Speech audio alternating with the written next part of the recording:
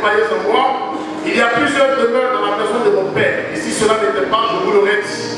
Je vais vous préparer une place, et lorsque je m'en serai allé, et que je vous aurai préparé une place, je reviendrai, et je vous prendrai avec moi, afin que là où je suis, vous y serez, vous aussi. Au verset 4, on lui écrit, vous savez où je vais, et vous en savez le chemin. Alléluia. La première chose que vous devez savoir, c'est que toutes les générations sont marquées par une histoire. Les contemporains d'Abraham ont été marqués par une histoire. Ceux de Joseph marqués par une histoire. On parle de génération lorsqu'on se retrouve dans un laps de temps, régi donc par un chronographe. Donc je peux dire que les enfants qui sont nés de telle à telle date, et quand on appelle ces enfants qui sont nés entre cette tranche d'âge, quand les enfants commencent à sortir, tous n'ont pas la même taille, ils n'ont pas la même forme, ils viennent de différents horizons, mais bien aimés, ils sont de la même génération.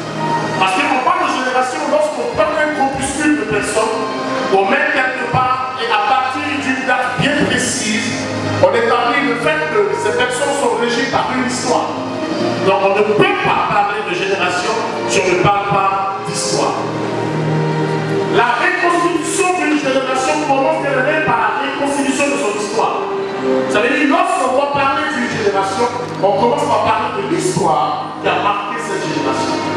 Autrement dit, on ne parlera pas de génération si cette génération n'a pas d'histoire. Parce que tous ceux qui sont inscrits dans la parole de Dieu, la Bible déclare que c'est parce que ces personnes ont marqué leur histoire que leur nom figure dans ce livre sacré qu'elle a dit Amen.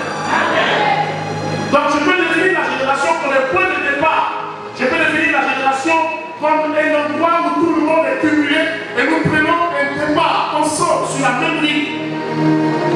Mais écoutez-moi très bien.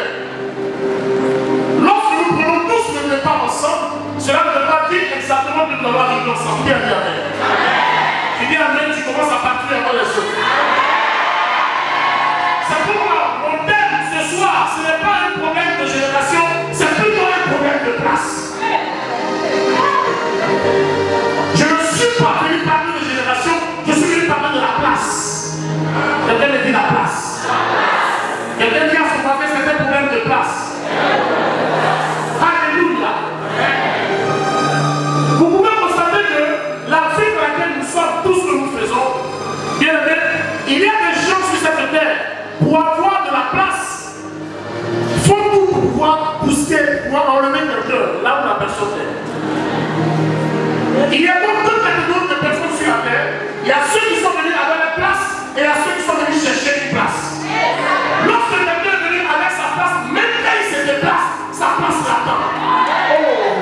Je vais dire à quelqu'un que la place avec laquelle tu es venu, l'école avec laquelle tu es venu dans cette génération, même si tu te déplaces, ta place va rester vide. Absalom pensait que la place de son père David était quelque chose qui était déplaçable. Lorsque David a fui le trône, Absalom est venu prendre la place. Je vais dire à quelqu'un qui est assis ici, ce n'est même pas un problème de génération, c'est plutôt un problème de place. La place doit t'établir, la place doit te positionner. Quelqu'un qui n'a pas de place n'a pas droit à la parole. Je suis venu ce soir pour chercher une place. Partout où tu n'as pas de pied, j'aurai une place. Tu dois te retrouver dans une place.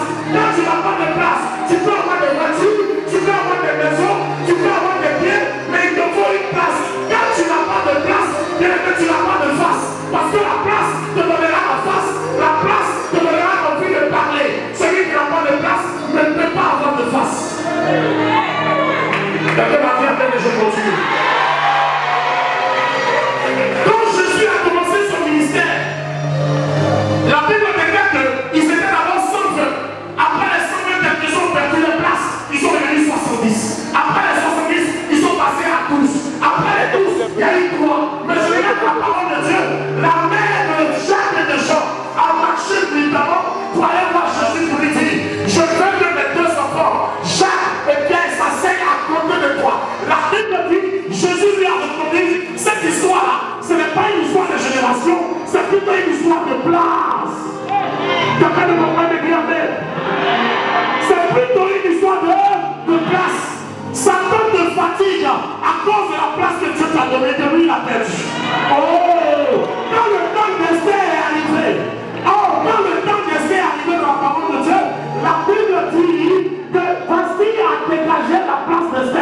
Je déclare de ta vie qu'après ce programme, le temps de ta génération arrivera.